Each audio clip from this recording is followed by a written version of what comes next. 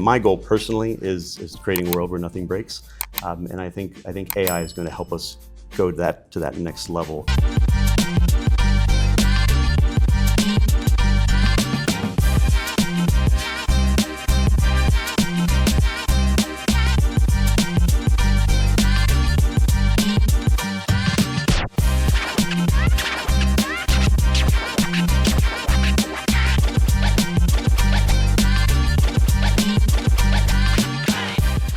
Hello world, Maura here with Asset Management Visionaries under the umbrella of the Association of Asset Management Professionals. And today I'm so honored to share this interview with Rob Ratterman. Rob, how are you doing today? Very well, how are you today? Such a Nice pleasure to have you. Thank you for being here. Well, tell the world, who is Rob? I don't know if it's important who I am, but I'm the co-founder and CEO of Weight Sensor Technologies. We're a sensor provider, we're a reliability provider. We make sensors to measure the performance of equipment, make sure that they're running properly, and then analyze all that data in the cloud, and ultimately become very close partners with our customers to keep their operations running smoothly. And now that I have you, I need to ask you, tell us a little bit about the history on the name of your company. Yes, well the name is simple. It's Andrew Waits, who is my co-founder. He and I met actually, I worked for eBay in the late 90s, and he was actually the largest seller on eBay back in those days. And I managed the writing of listing software for eBay, which listed items on eBay. He was the largest seller on eBay in those days. And he sold a lot of women's clothing on eBay back in those days. But we met, we became fast friends, and he called me one day with this idea, which was, back in the day, it was, let's put a temperature sensor on the end of a mesh radio and be able to report those things back to the maintenance personnel at a facility. But that's where it all started. And then he and I built that business over the course of the next 10 years. And that's where we are today. Wow, and what a story of success. I will say there are a lot of entrepreneurs listening. What are some keys of success that you would recommend to the people that perhaps have something that is going out there in the market or they're hesitating? Yeah, one is you can't hesitate. You get information from action by doing things. So the more you do, the more opportunities you create, the more mistakes you make, and the better your product and the better your chances will be of succeeding. I always like to say, so many entrepreneurs today, this is a big thing for me, so many entrepreneurs today are so focused on going out and getting their funding round or getting VC funded. And I just think that you can spend it's better to spend much more of your time proving your idea, getting some small wins, and seeing if you can do it without that. Working bootstrap is always better for as long as you can. And then later, when you're in a position where you have some customers and some revenue and hopefully some profit, then go and look for investment. But prove the idea to yourself first. As hard as that is, and it is very hard, but you create a much stronger base for your company. That's great. I have my own quote that says, impress yourself, no one else, because once you do it, everything else, right? Happens. That's right. Mm-hmm. One of the things that I've seen inside your company, every person that I have been in touch with, they're so empowered, and it goes back to leadership. Tell us a little bit about your leadership style and the culture and what you are connecting with your different employees inside the organization. Yeah, the Weights culture is absolutely something that sets it apart. In the history of our company, we've tracked it. We've lost 5 people who we didn't want to leave. So out of hundreds of employees, we have great employee involvement, and the culture is just so powerful. We come from a can-do culture and a customer-focused culture. So we're absolutely fanatically dedicated to our customer success. And that just goes from everyone in the organization, from the bottom to the top. And just maintaining that culture. And it's not only external culture for entrepreneurs out there, it's building that culture internally to your company. So, we obviously, maybe it's not obvious because not all companies do it, but we try very, very hard to make our customers happy and keep them successful. But we also have that same policy when you're dealing with your coworkers, that you work politely with them and help give them the same customer experience that you would give to an outside customer. One of my proudest achievements, I would say, is not even just the company itself, but the culture we've built. So culture is absolutely critical at our company, and I think it should be critical at every company. If you're, build a place where people want to work. Exactly, because we're here for a name bigger than ourselves, and Exactly. what your company is doing. Tell us a little bit about your passion for digitalization and what you're seeing right now with the fast change of technology. Oh yeah, I mean technology is always changing, but at the same time, a lot of our technology has remained the same since we started. It's been augmented, it's been improved, it's been growing, but a lot of the same principles are there.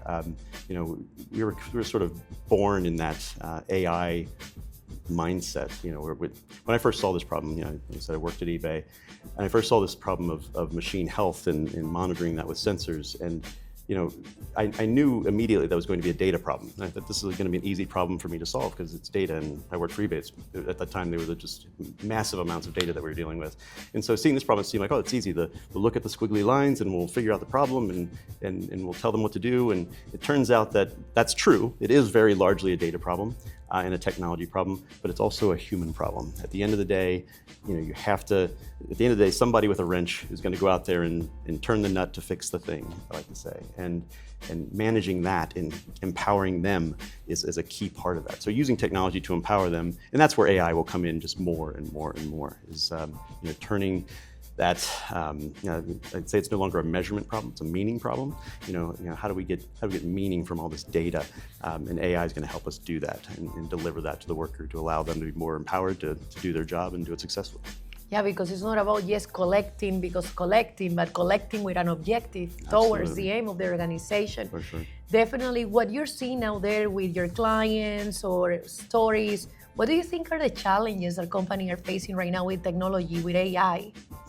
Yeah, I think right now it's just you know, how the impact of this. I don't think anyone can really predict what the impact of this is going to be. You know, I've seen these multiple gigantic leaps in technology over the history of my company, my professional history, from the internet to mobile to AI now or whatever it is.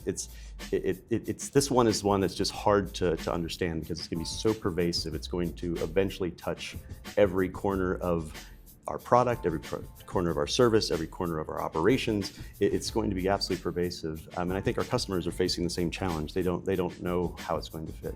You know, I was thinking about, you know, we're instituting the first kind of wave of this thing, which it's funny. I'll call it a kind of a typical installation, a typical application that we're going to do. We're going to add LLM features, ChatGPT type features to our dashboard, so you can now ask questions of, you know, what was the cause of most of our downtime issues in the last 6 months? What was, you know, who was the best motor manufacturer? Who would you choose as a motor manufacturer based on the performance over the last year? All these kinds of questions that you can just ask your stuff, and you know, that's going to be an incredible feature. But it's funny that that's become a typical feature in just 2 years. You know, it's now kind of hilarious that we now think, oh, that's an easy typical feature, and it's magical. It's absolutely magical. Yes. So realizing the impact is going to be a challenge for every company, including our customers. And I think they're trying to figure out, you know, how do we take all these findings that we find and then now use it to be prescriptive. You know, we know we have this spare part level, so we can schedule maintenance differently than we did in the past, or schedule production differently, and those would be the interesting transitions and challenges. And with the transitions, where do you see the industry is heading 5 years from now? Yeah, I think, again, my goal personally is creating a world where nothing breaks, and I think AI is going to help us go to that next level in a faster fashion. And so I definitely think that with those insights and those kinds of findings that you'll find, prescriptive findings that the AI is going to start doing. You know, nowadays we're asking the AI questions, but it doesn't ask us any questions, and so it's you know, it doesn't come up with its own things. That's going to change. You know, the AI is going to be proactively looking at your data, looking at your in my case your maintenance operations and that sort of thing, and offering prescriptions on what to do, and that's going to be a huge change. And also tell us a little bit about your perspective, sustainability, and what are you seeing in the world with asset management and sustainability, that impact in general? Oh, it's incredible. I mean, if you think about vibration particularly, we measure temperature and vibration. Any excess temperature or vibration is excess energy that's being used by that device and is wasted. So if we can lower that, if we can reduce that, you're obviously reducing energy usage.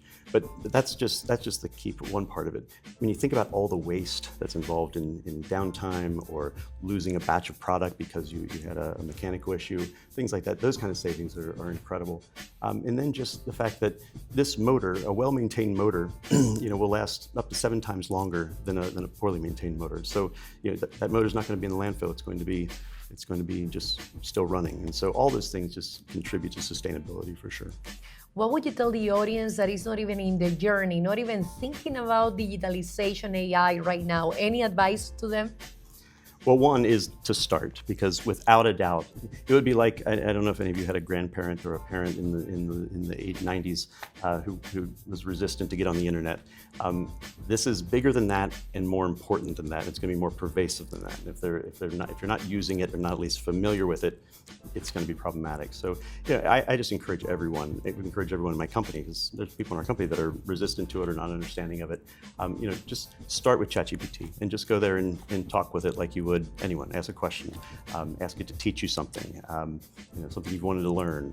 Just play with it and experiment with it. That's the key, I think.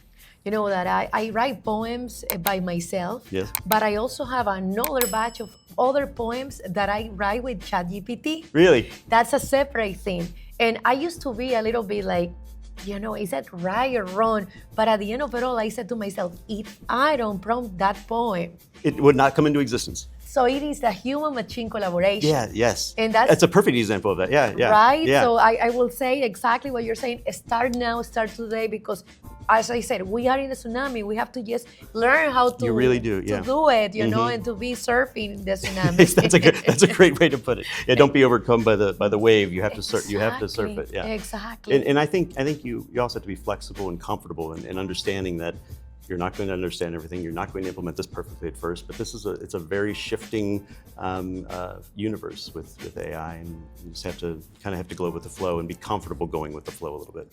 Any advice also for the audience if they're looking to invest in their education? What do you think that they should learn at this time? Yes, well, first of all, what's great about AI and ChatGPT and those types of tools is that it can teach you. It's the best teacher. It's the most patient teacher. It's the most understanding teacher. I didn't understand that. Make it simpler for me. Okay, here it is, simpler for you. Do you understand it now? So I love that model. You did it with your poems, but for someone that wants to learn anything, just teach me this topic. Start with me as if I was a high school student, and teach me what I need to know.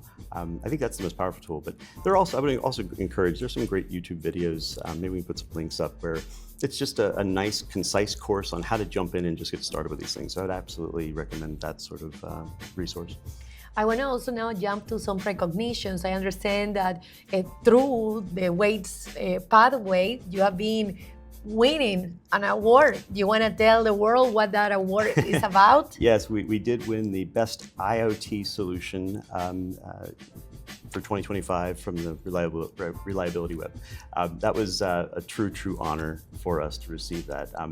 I said, we don't usually go after awards and honors. It's just not part of our ethos really at our company, but we decided to because it's just such a great organization, a great award.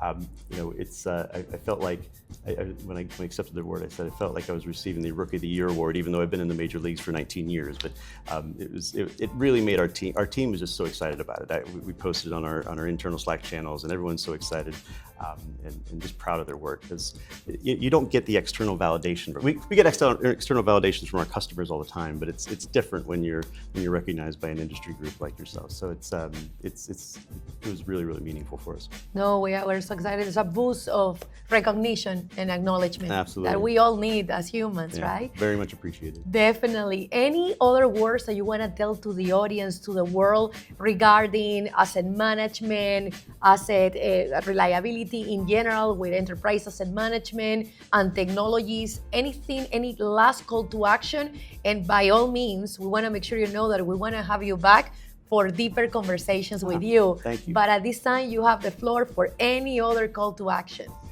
Yeah, I would say that a call to action for all this stuff is, I can't ask everyone to adopt my life's mission. My life's mission is to create a world where nothing breaks. But we're all in this space are moving towards that world. We're all moving towards a world where nothing breaks.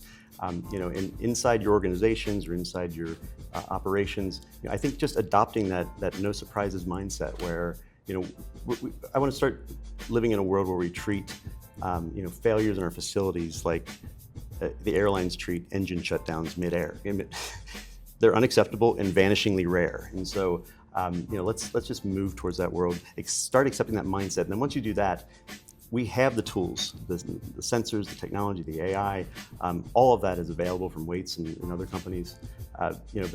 So the answer is there. The savings are there. It can definitely justify itself from a cost perspective. But first, it really helps to have that mindset change that we're going to treat these failures as unacceptable because they can be now. And that's the big change that we've brought to the world.